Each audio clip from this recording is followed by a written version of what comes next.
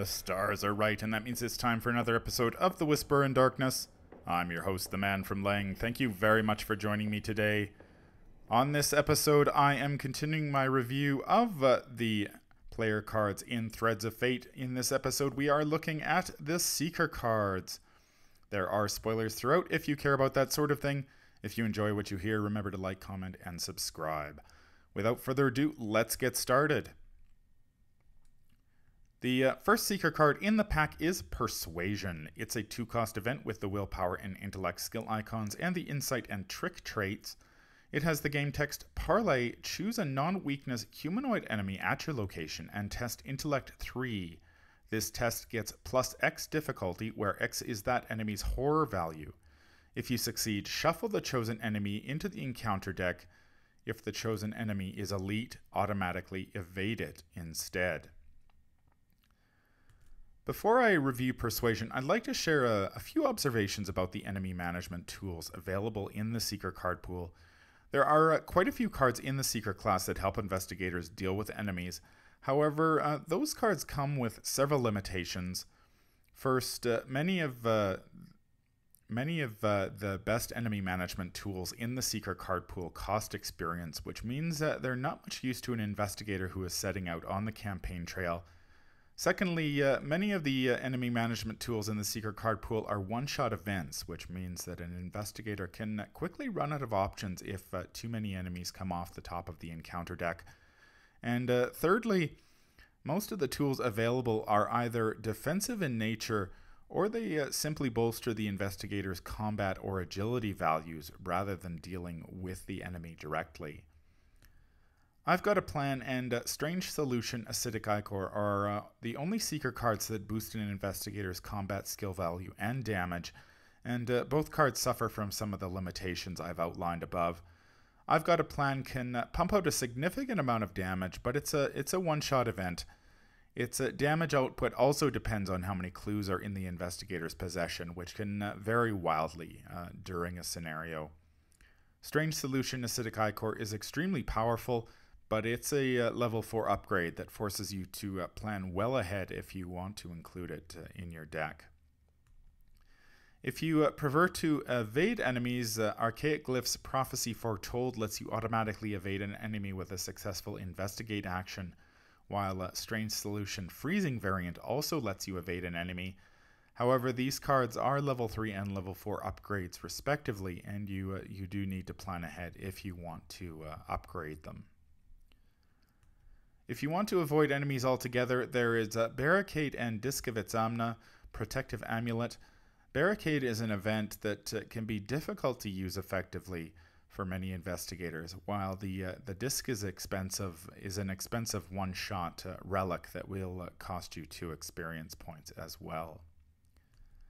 Most of the other options in the Seeker card pool are a mix of assets and one-shot events that don't deal with enemies directly but can be used to boost an investigator's combat or agility skill value. I would include cards such as Anatomical Diagrams, Expose Weakness, Fieldwork, Hyper-Awareness, Mind Over Matter, and Scientific Theory in this particular group. The first player card with a Parlay action, Persuasion, is significant because it's a level 0 enemy management tool that Seekers and off-class Seekers can use to discard a non-elite humanoid enemy or automatically evade it if it is elite, and by discard I mean shuffle it back into the deck, which is sometimes just as good. Much like Unearth the Ancients in the Forgotten Age Deluxe expansion, Persuasion lets Seekers and off-class Seekers use their prodigious intellect for something other than gathering clues. Playing Persuasion doesn't provoke an attack of opportunity, and shuffling a non-elite humanoid enemy back into the encounter deck is decent, especially if you're playing solo, since the odds of seeing that enemy again are certainly lower than they would be if you're playing multiplayer. Automatically evading an elite humanoid enemy is good too, although elite humanoid enemies are fairly rare in this game. Unfortunately, Persuasion has a few limitations of its own. First, you can target only non-weakness humanoid enemies. That means it's going to be fantastic in certain scenarios such as the Midnight Masks, the House Always Wins, and the Unspeakable Oath, while it's going to be skill test fodder in others. There are quite a few enemies with the humanoid trait in the Forgotten Age, so it may be worth including a couple of copies of Persuasion in your Ursula Downs deck, at least for the first two scenarios. Many of the humanoid enemies in the Forgotten Age will tag you for a horror or two, though, so you need to come prepared to pass an Intellect 4 or even Intellect 5 skill test. Don't forget that fashion is very important to Yig's children, and they will be impressed by your fine clothes, which will reduce the difficulty of the Parlay skill test by 2. The other problem, of course, is that Persuasion is yet another one-shot event, so you'd better include a few other tools to supplement it. Otherwise, you could quickly find yourself overwhelmed if you see too many enemies off the top of the encounter deck. If humanoid enemies are common in the Forgotten Age scenarios, you could always pick up a copy of Eidetic Memory to copy it once you've earned a few experience points. The Seeker card pool has a lot of level 0 cards that will boost your combat or agility skill values, but very few that will actually remove an enemy from play. Most Seekers with an off-class such as Daisy Walker, Rex Murphy, and Norman Withers have better enemy management options available to them. However, if you're playing an investigator such as Ursula Downs, who has access to very few cards outside the Seeker card pool, or you expect to encounter a lot of humanoid enemies, Persuasion can supplement your enemy management strategy. Once you've earned a few experience points, or you enter another dimension where humanoids are few and far between, you can safely replace Persuasion with some of the other options that I looked at earlier. The second Seeker card in the pack is Shrewd Analysis. It's a permanent asset with the talent trait and its limit 1 per deck. It has the game text anytime you upgrade a card with the unidentified or untranslated subtitle. You may upgrade a second copy of that card at no experience cost. If you do, the two upgraded versions are chosen at random from among the eligible options. You must still meet all deck building restrictions. I've mentioned in the past that the unidentified mechanic is one of my favorite parts about this game. However, the mechanic is not without its problems. Upgrading unidentified or untranslated assets is a real pain in the ass for an investigator. First, you need to get the unidentified or untranslated asset into your hand, which isn't always a sure thing, even if you're playing 2 copies of that asset and you've got a ton of draw in your deck. Then you need to find the resources and the right opportunity to play that asset. Finally, you need to take an action or actions to identify or translate it. And once you've done all that, once you've identified or translated the asset, you need to keep it in your deck until you've earned enough experience points to upgrade it, since you can only upgrade directly from the unidentified or untranslated asset. It is a lot to ask of players, especially if you want to upgrade 2 copies of that unidentified or untranslated asset in question. Needless to say, I was pretty excited when Fantasy Flight Games spoiled Shrewd Analysis, the first of 2 permanent level 0 assets in this Mythos pack. Shrewd Analysis solves one of the major issues with the unidentified mechanic because it lets you upgrade that second copy of the unidentified or untranslated asset for free, letting you get on with the business of playing the cool cards and saving you a significant chunk of experience to boot. Shrewd Analysis is a free permanent asset, so it doesn't count against your deck size.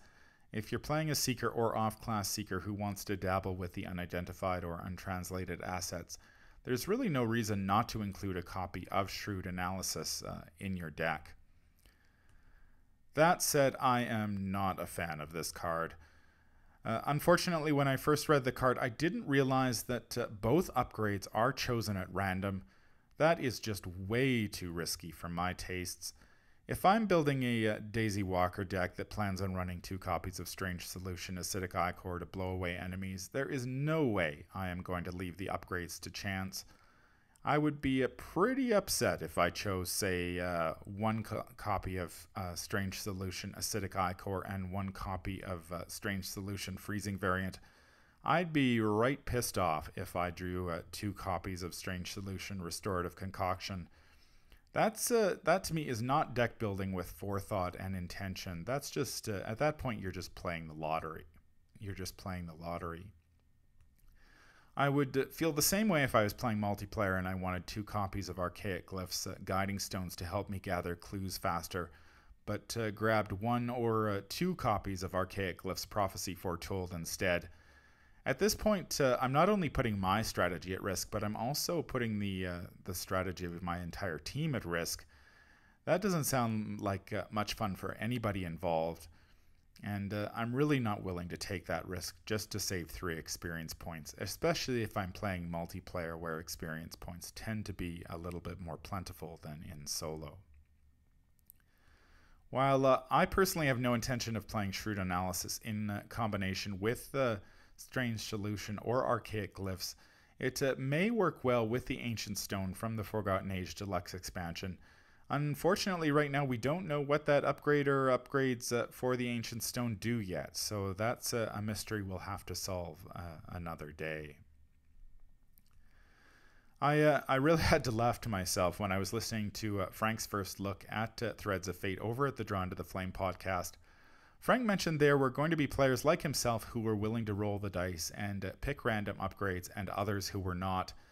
And if I haven't made it clear already, I am staunchly in the latter camp. Randomly selecting cards to put in your deck is a significant drawback. In fact, it seems to run counter to the definition of shrewd, which is why I can't help feel disappointed by this card. Honestly, would shrewd analysis be totally busted if it made upgrading unidentified or untranslated assets less onerous and it let you pick the upgrades you wanted? We're talking 3 or 4 experience points here, which is significant, but I think it's reasonable considering the amount of work players must go through to identify or translate these cards. Now, most players who are upgrading Strange Solution would probably choose 2 copies of Strange Solution Acidic Ichor without hesitation, because really it's head and shoulders above the freezing variant or restorative concoction. However, if that is in fact the problem, I would much rather the designers adjust the power level of Acidic Ichor instead of trying to retroactively balance it with a card like Shrewd Analysis. Now, it remains to be seen how Shrewd Analysis will interact with the Ancient Stone, so I'm not going to write this card off quite yet, but I really can't hide my disappointment with it either. Shrewd Analysis could have been a great card to include in your Seeker's deck. Instead, it just comes off feeling like a mediocre one to me, and I think a shrewd player would do well to avoid it. That's going to do it for my review of the Seeker cards in Threads of Fate. I've been playing a lot of Ursula Downs lately, and I think Persuasion will find a home in her deck. Daisy, Rex, Norman, and Min have quite a few good ways to deal with enemies, including Shriveling and Fire Axe. Ursula is restricted to the Seeker card pool, which is a lot shallower at level 0. Persuasion is a good option to deal with some enemies until she has the experience to afford something better. Human enemies are fairly common in the Forgotten Age, so a little Persuasion could go a long way. Shrewd Analysis, on the other hand, is a disappointment. Most cards in this game that award bonus experience points have some sort of drawback to keep them balanced. The drawbacks on cards such as Delve Too Deep, Charon's Obol, and the other permanent level 0 asset in this pack, Arcane Research, are perfectly acceptable.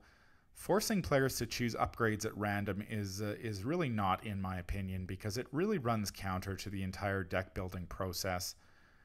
The beauty of this game, however, is that you can play it however you want. So if you want to make a house rule that ignores the whole random selection thing, fill your boots, because you will not get any argument from me.